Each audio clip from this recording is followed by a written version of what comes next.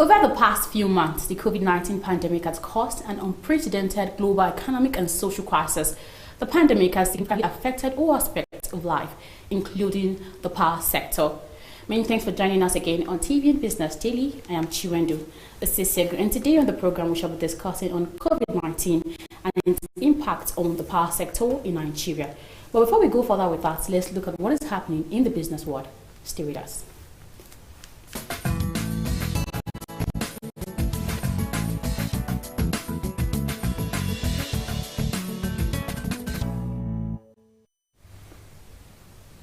The Office of the Accountant General of the Federation on Sunday said integrated payroll and personal information system had saved over 361 billion naira for the federal government despite opposition and sabotage from supporters.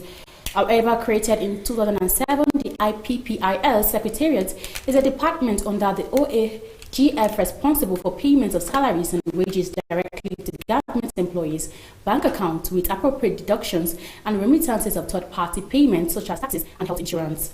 Meanwhile, there were reports that the April 2020 salaries of Nigerian Armed Forces personnel were delayed as a result of incapability and inexperience of the operators of the IPPIS. However, the OAGF reported the report in a statement made available to journalists in Abuja on Sunday. Households in Nigeria spent a total of 2.02 trillion naira on fuel and electricity in 2019, the National Bureau of Statistics has said. The NBS said in a new report on consumption expenditure pattern that household expenditure on fuel light accounted for 11.57% on the total non-food expenditure in 2019. Households spent 2.59 trillion naira on transport, 2.46 trillion naira on health, 2.43 trillion naira on education, 2.22 trillion naira on services including telecoms, and 2.12 trillion naira on rent.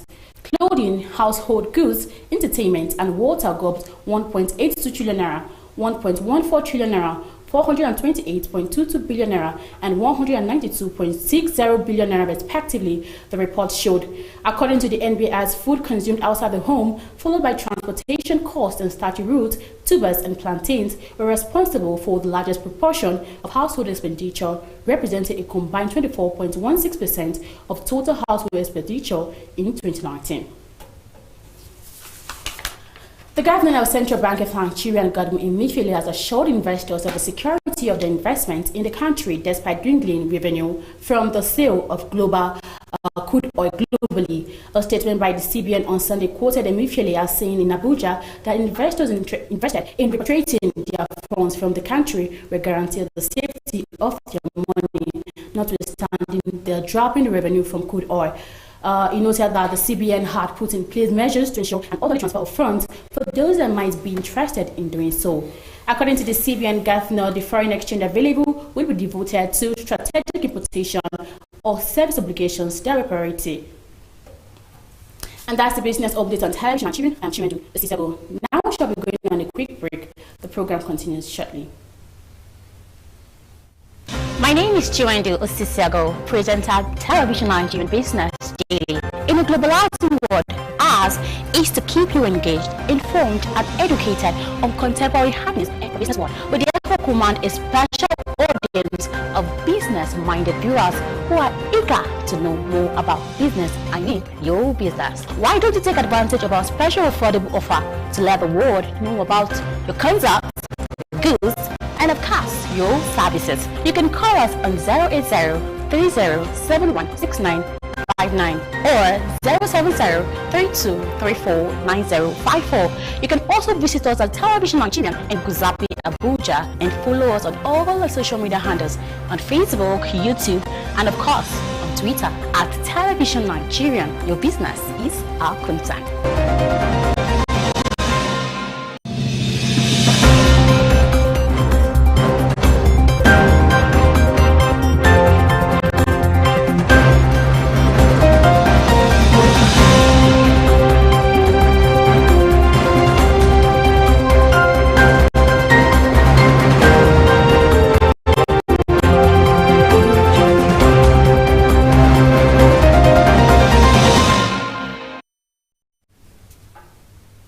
Thanks for joining us again. Like as earlier said, we shall be discussing on COVID-19 and its impact on power sector in Nigeria. We have a guest in the studio to espouse more. He is a public affairs analyst and an expert on power sector, Mr. David Arinze. You're welcome to TVN Business. Thank you very much. Thank you. Yeah, you're welcome. You look good, I must confess. Thank you. Thank you. You look fantastic as a lady in black. Yeah, thank you very much. Okay, let's go straight to the point. Yeah, speaking on the impact of COVID-19 on power sector, what's your take as an expert?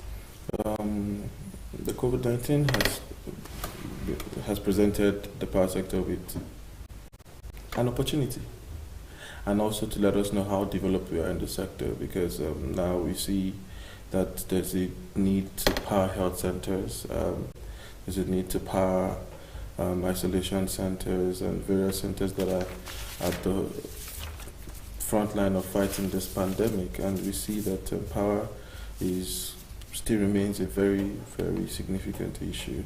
But you would also agree that in certain parts of the country, we have also seen the national grid perform.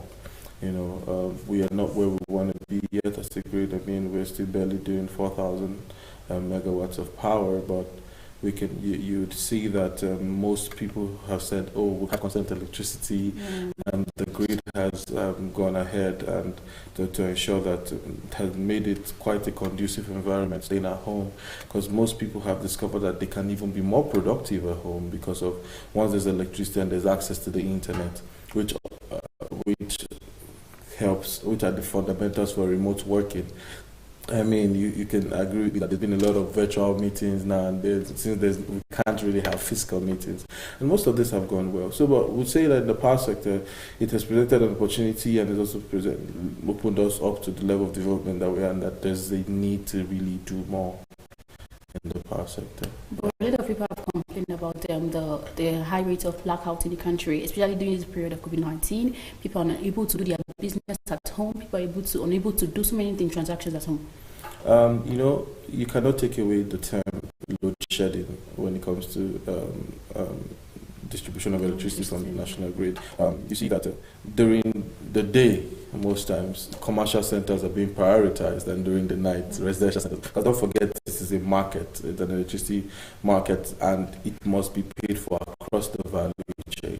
And so most times, as discos, they have priority areas, and they would rather give electricity to areas where they know that they will be able to make their monies back real time, as against just dumping the electricity everywhere. But I would not say that the discos are doing the most amazing job, but they're trying, and with more investment in feeders, transformers, and on the side of TC and substations, we would really achieve because in terms of generation capacity, we have over 15,000 megawatts in stock, right? But now we need to wield this power. Imagine if, as at today, we're wheeling out even up to 80% of our generation capacity. But again, it's a market, so whatever you're consuming as a disco, you must pay for. Okay, let's talk about the megawatts now in Nigeria. If you notice that it's always coming down, it's not going up. It's not constant, let's say that. So what do you think is responsible for this? Like I said, it's a market. You cannot have, just like think about it like a product. Let us permit me to use the petroleum value chain. Petrol is being produced, is being shipped via tankers are being stored at major depots, and it's being shipped via tankers who are transmitting the petrol from various points to where they will be consumed, filling stations, right? And these filling stations, when it's being dumped there, it is measured. When it's being put via the machine that pumps the fuel into your vehicle, it's also being measured, and there's a tariff. And you can see that there is no sort of spillage or loss across the value chain. It's almost complete. In the power sector, on the other hand, we don't have such a perfect scenario, because as at today, the metering gap is still up to 60%. As at today, you still have that revenue collection. Discos are doing barely 60%, 50-60% of. So think about it like a business person. You have to pay for it from generation to transmission to distribution, and finally at the consumer end. If you have such significant gap of spillage, what would encourage the disco to ensure that they keep on wheeling power, because it's like pouring out energy that is not being accounted for. But again, on the other hand, I'm not trying to exonerate the discos, because the discos also need to focus on the fact that they need to close that metering gap. Although we have instruments like the meter asset provider program that is currently ongoing, where we have a couple of meter asset providers, OEMs, metering OEMs who have been already accredited by NERC, who are working in partnership with the discos to ensure that they can wheel out these meters. But it's not going to happen automatically. This process is ongoing. I know people who have said that they requested for a meter in less than a week and it was installed, although they had to pay the full price. So again, you need to see that it's a business, and it's going to translate to a more unified and more solid sector, but it's not one that's going to happen automatically. Okay, you spoke about the discos, yeah? So if you could recall at the beginning of this month, the last month thereabouts, the discos aligned with the federal government to supply free electricity to consumers for next month, and this did not happen. So what do you think is responsible for this? I would always say on this show today that it's a business. The discos, for example, somebody has to pay. There's the government saying that, okay, guys, give out this amount of electricity for this period, I will pay, because electricity is being costed in real time. That's why we have tariffs, kilowatts per hour, right? And first of all, we are currently at a point where we don't have a cost reflective tariff. If you discover as at April, we're supposed to have a minor tariff review, and although it has been postponed to June due to the effect of the Covid-19, and the discos may not be able to shake hands with government in that regard. If the government does come and plan to say, okay, we're going to, looking at even this estimate, we're going to give you upfront payment of X, and in the period of consumption we will pay X. It's a case of dollars and cents, and if the discos can't be sure of their return on investment, then they will rather not play such. They will rather continue the way that they're doing currently. Okay, thank you. No, this period of COVID-19, a lot of people have finding it difficult to get funds. And let's talk about the estimated billion. People are still complaining about this estimated billion, the high rate of bills on electricity. So what's your take? What can be done to reduce this estimated billion? Basically, discos need to prioritize metering. I understand how discos, and I don't want to really exonerate the discos at this time, but I will tell you that a couple of the discos across the country, I don't want to sound like I am praising some but as against the others, but I would let you know that some discos are really performing in terms of bridging that metering gap. Some discos are achieving up to about 60% of over that, in ensuring that they meter their customers within their franchise areas. So discos need to prioritize metering their customers, ensure that they don't, because I think that if you don't intentionally meter your customers, that means you are eating fat of this situation that the customers don't have. So that means you just bill customers whatever you feel like, and at the end of the day, you are eating fat and milking these customers of what they are actually supposed to pay. Because when you don't meter them, how are they supposed to pay? How would they pay a consumption reflective cost? So this kind of situations, the disco need to prioritize, and also the NERC need to ensure sanction discos who are underperforming in closing this metering gap, because estimated billing would not go away if you don't create an avenue for it to exist.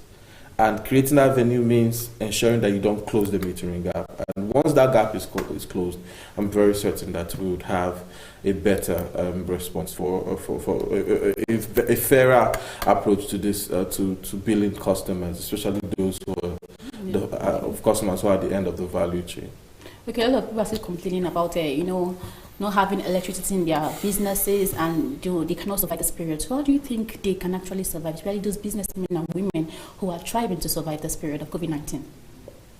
I understand that a lot of businesses need electricity to thrive, to run their daily activities. But I also think that looking at the development of the renewable energy space, even in the country, a lot of renewable energy companies are coming on with various opportunities, various business cases, saying that you can get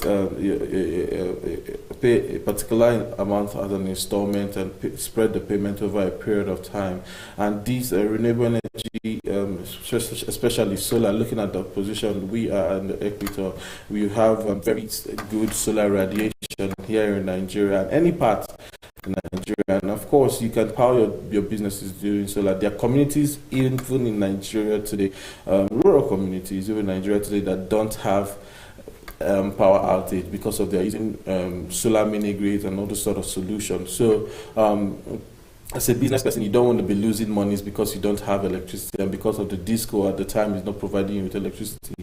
With solar energy and renewable energy as a whole comes with rapid, the technology is one that is rapid. One can install a solution that can power a shop in a few hours, less than 2 to 3 hours. The solution is already installed for you, and you're already gaining the benefits of your investment. So I would advise business owners to begin to look at such an option to power their businesses, so they don't lose monies that could have come into their businesses. And also don't lose customers as Of well. course, don't lose customers as well. So this, if this is leveraged upon, I mean, there are people who have said goodbye to the grid, you know, I was giving up because they have gotten an alternative source of energy in using renewable energy sources. So yeah, this can be explored, and this would indeed power their businesses. A lot of people also try to talk about the cost. Oh, it's very expensive. I mean, sometimes all those things are just words on the street. Why don't you get a certified solar expert or company who has a significant track record that you can trust, and you can also hear from other existing users. So not just everybody that comes to say, oh, I do solar installations, that you should believe. So you listen to their current clients, find out their experience, and if you're convinced, why not? Sometimes it will be fun, you know, probably they cannot afford it. Like I said, most of this, because when there's electricity from the grid, you cannot afford it. When there isn't electricity from the grid, you can pay a premium to power your generator. So the truth is, you can pay something if you want to run your, no matter how small. And so if you meet a company who is willing to take that cent from you, or that amount, no matter how small, and ensure that you are consistent with that payment.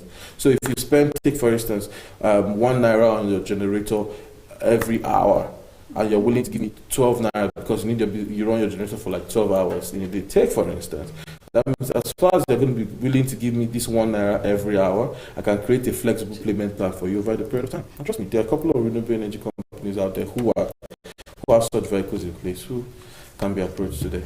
Okay, thank you. Let's go on a quick break, and then when we return, the program will continue shortly. So stay with us. My name is Chiwendu Osisiago, presenter Television Nigerian Business Daily. In a globalizing world, ours is to keep you engaged, informed, and educated on contemporary happenings in the business world. We have a special audience of business-minded viewers who are eager to know more about business, I mean your business. Why don't you take advantage of our special affordable offer to let the world know about your concepts, goods, and of course, your services? You can call us on 080-3071-6959 or 070-3234-9054. You can also visit us at Television Nigerian in Guzapi, Abuja, and follow us on all our social media handles on Facebook, YouTube, and of course on Twitter at Television Nigerian. Your business is our concern.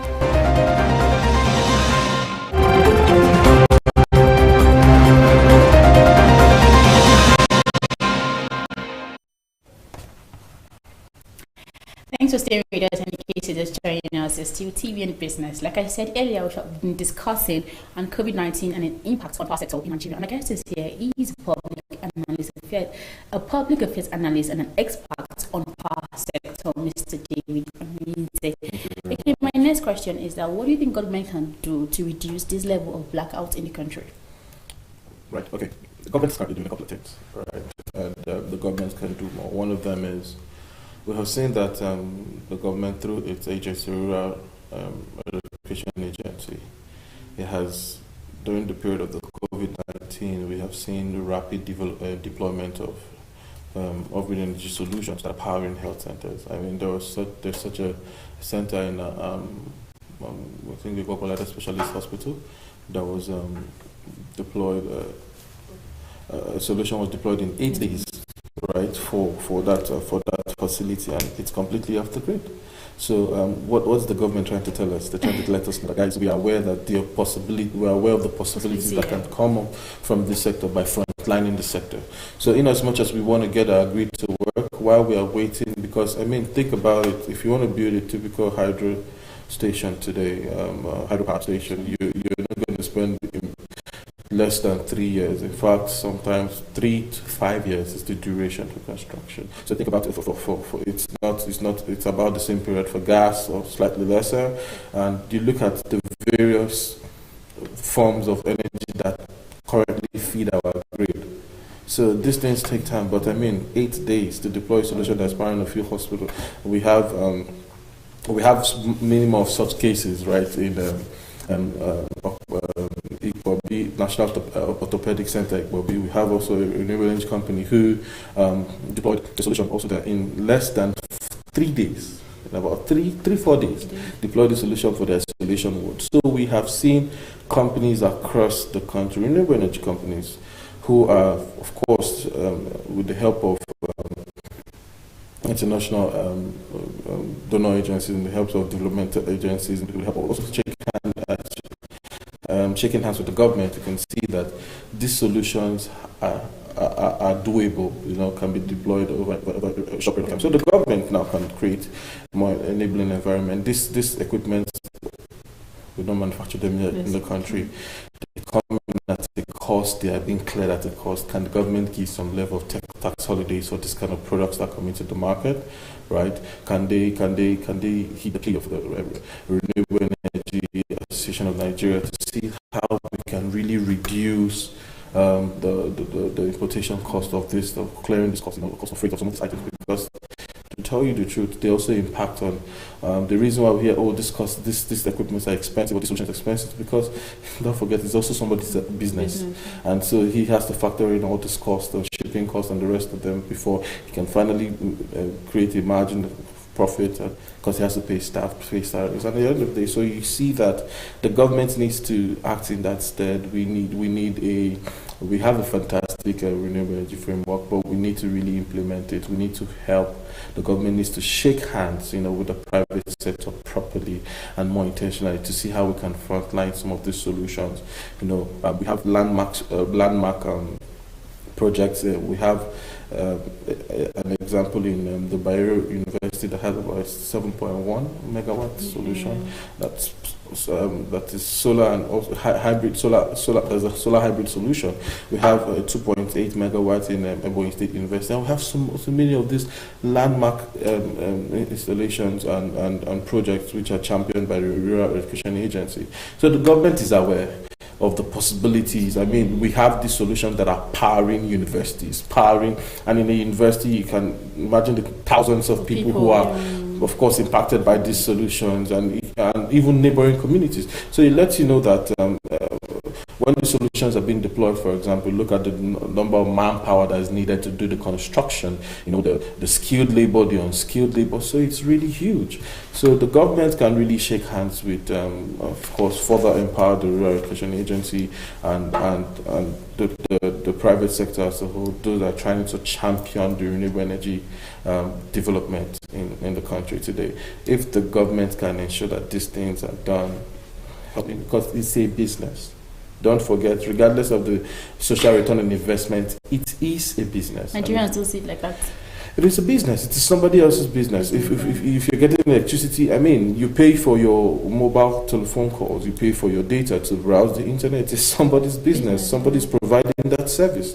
So Nigerians should also be informed that electricity is not free.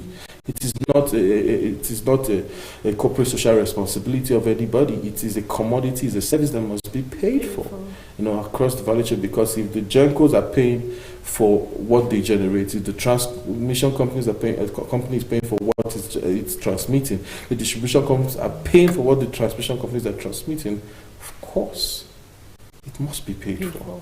It's so we have stakeholders in the value chain who, and so in fact, one of the most important members of the value chain for the power sector are the consumers, because they're the ones that utilize this electricity, and so you use it, you must pay for it, and so we should take away that whole charity perspective towards the power sector. It's a commodity that must be paid for. It must be paid for. So which is prepaid meter or estimated billing? Of course. Imagine you made calls every month and at the end of the day you just got a bill that you spent 100,000 in the month. You would not believe. Yeah. But because of there is a tariff system where X number of kobo per minute or X number of naira per minute, it finishes when you load 1,000 or 2,000 or 3,000 naira or 500 naira or 200 or 100 naira. When you call, you're like, oh, it's already telling me that there is 1 minute remaining. I need to wrap up my conversation. We have meters today that when it's down to the final 10 units or final 5 units, it begins to beep. So it lets you know that you're already running out of units. So of course, you prefer a system that lets you know that this is what you're consuming. Because take for instance, also what that does for you, that helps you manage your electricity. So you know that, oh, I cannot run all the ACs in my room per time. I cannot run all this per time, and have to be careful on the kind of utility appliances that I'm powering per time. So it helps you manage yourself. You know what you're consuming. And so if your unit finishes by 3 a.m., you say, okay. You know what you did with it. You know what you did with it. Yes. So, of course, you would also always rate prepaid over postpaid. All right. Thank you so much, Mr. David Arinze, for coming on TV and Business. It was good to have you here. Thank you, too. Thank you for having me. Yeah. Okay, that's the much we have for you today on TV and Business. I am Chiwendu Osisiago. Don't forget that you can follow us on all our social media platforms, on Facebook, on YouTube, and on Twitter at Television Nigeria. And, of course, you can also advertise with us. All right, to have a wonderful day. Bye for now.